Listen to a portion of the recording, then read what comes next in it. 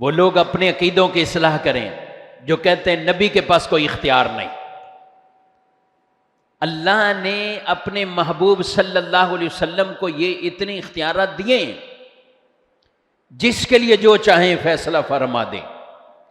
وما آتاکم الرسول فخذوہ وما نہاکم عنہ فانتہوا، رسول جو تمہیں دیں لے لو، اور جس سے منع کریں رک جاؤ۔ رسول جو دیں لے لو، وہ چاہے حکم شریعت، یعنی جو حضور کی زبان مبارکہ سے ادا ہو گیا وہ ویسا ہی ہے۔ یہ ایسے مختار ہیں۔ میرے نبی صلی اللہ علیہ وسلم نے امت پر کئی طرح کی یہ شفقتیں فرمائی گئے۔ فرمایا میری امت پر اگر یہ مشقت نہ ہوتا، تکلیف کا باعث نہ ہوتا، تو میں عشاء کی نماز 1/3 رات تک مؤخر کر دیتا۔ ابھی عشاء کی نماز ہم کتنے بجے پڑھتے ہیں؟ جیسے ہی مغرب کا وقت ختم ہوا عشاء کا شروع ہوا، مسجدوں میں اذانیں ہوئیں، 20 منٹ بعد 15 منٹ بعد عشاء کی نماز پڑھی، اپنے کام کاج گھر اور دیگر چیزوں میں مشغول ہو گئے۔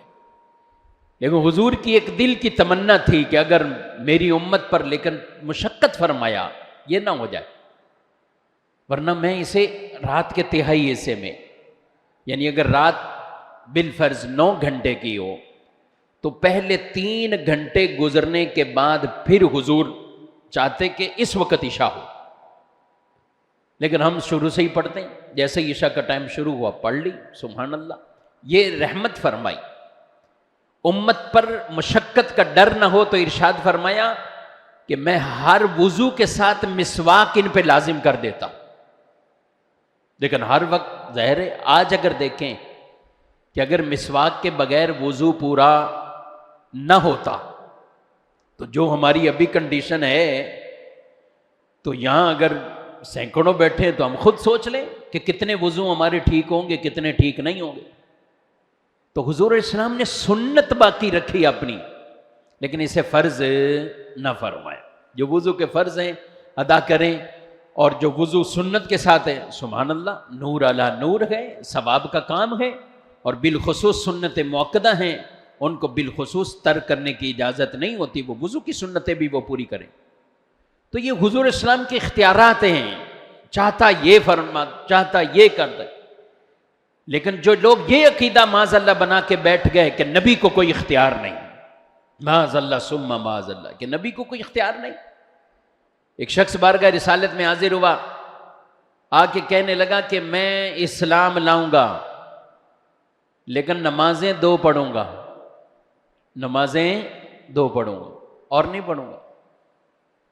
اب ذرا یہ بتائیں، آج دنیا کے کسی عالم مفتی کے پاس کوئی آدمی چلا جائے کہ میں اسلام لانا چاہتا ہوں، میرے لیے آپ نمازیں معاف کر دیں، یا 1 نماز معاف کر دیں، 2 معاف کر دیں، تو بتائیں مشرق مغرب ہر طرف کسی بھی طبقہ فکر سے تعلق رکھنے والے آدمی کے پاس کوئی جائے،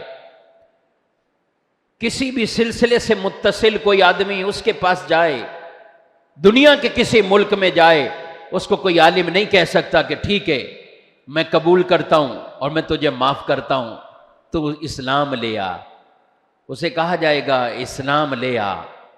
نمازیں تو ہم معاف نہیں کر سکتے، لیکن اللہ کا فرض ہے، پڑھو گے ثواب ہی ثواب ہے، نہ پڑھو گے گناہ گار ہوگے، لیکن اسلام لے آؤ، مسلمان بن جاؤ۔